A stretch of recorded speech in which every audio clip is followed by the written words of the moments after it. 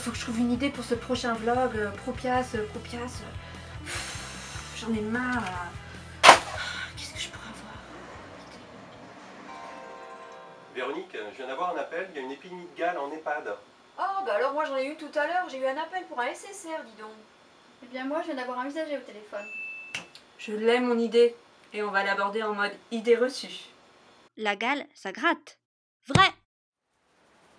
Ouais, ça gratte. Et surtout la nuit. Et c'est dû à quoi? À ce petit parasite, le sarcopte, invisible à l'œil nu, qui creuse des sillons dans notre peau pour y pondre ses œufs. La gale, ça fait plein de boutons. Faux! En fait, on parle plutôt de lésions cutanées, dues aux sillons creusés dans la peau par le parasite, qui peuvent être associées à des vésicules perlées. En cas de gale commune, cas le plus fréquent, ces lésions se situent surtout au niveau des plis cutanés, entre les doigts, poignets, coudes. Mais en cas de gale profuse, ces signes cutanés peuvent s'étendre à l'ensemble du corps. La gale, ça ne se transmet pas. Faux! Si, la gale, ça se transmet. Principalement par contact prolongé cutané, c'est-à-dire peau contre peau. Mais également par l'environnement, de manière indirecte. Essentiellement les tissus, les habits, le linge, la literie. Le traitement, c'est galère. Ouais, c'est pas faux. Bon, ok. Mais si on le fait bien dès le début, ça limite quand même pas mal la galère. En plus, nous, en Aquitaine, on a de la chance. On a un véritable gang anti-gale. Leur atout, ils s'adaptent à toutes les situations. Leur priorité, traiter simultanément le cas de gale, ses contacts proches, le linge, voire l'environnement si nécessaire. Christophe, sa spécialité, le traitement médicamenteux pour le patient et ses contacts proches. Ses armes, un traitement oral et des traitements locaux. Son petit plus, il repasse toujours 8 jours après. Rachel, sa spécialité, le traitement du linge de 3 jours.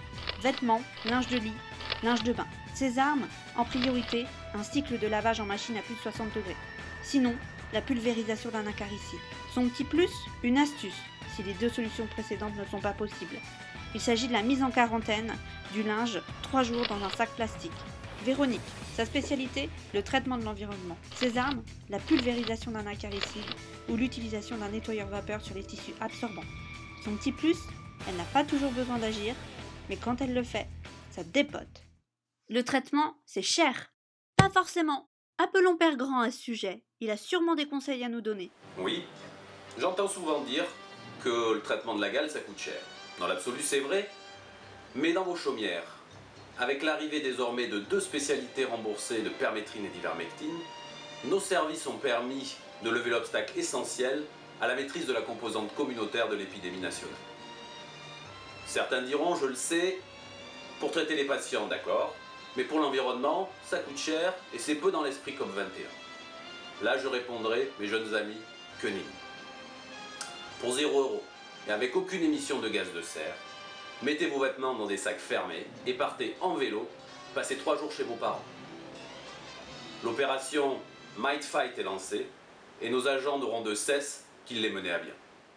Les épidémies de gale, ça ne se prévient pas. Faux! D'abord, il faut être en mesure de faire un diagnostic précoce d'un cas de gale, que ce soit chez les patients ou les professionnels.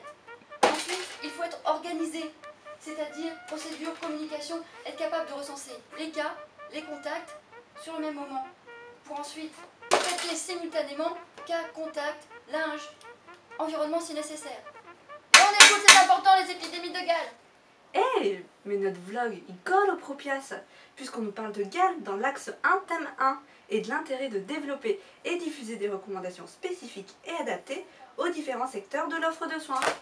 Alors, il existe déjà des fiches pratiques pour les établissements de santé et les établissements médico-sociaux, et le réseau Séclarlin vient de produire aussi des fiches pour les secteurs de la ville. Une fiche pour le patient, une fiche pour le médecin traitant et une fiche pour les officinaux. Et voilà, ce vlog est terminé et ça me démange de vous retrouver. À la prochaine!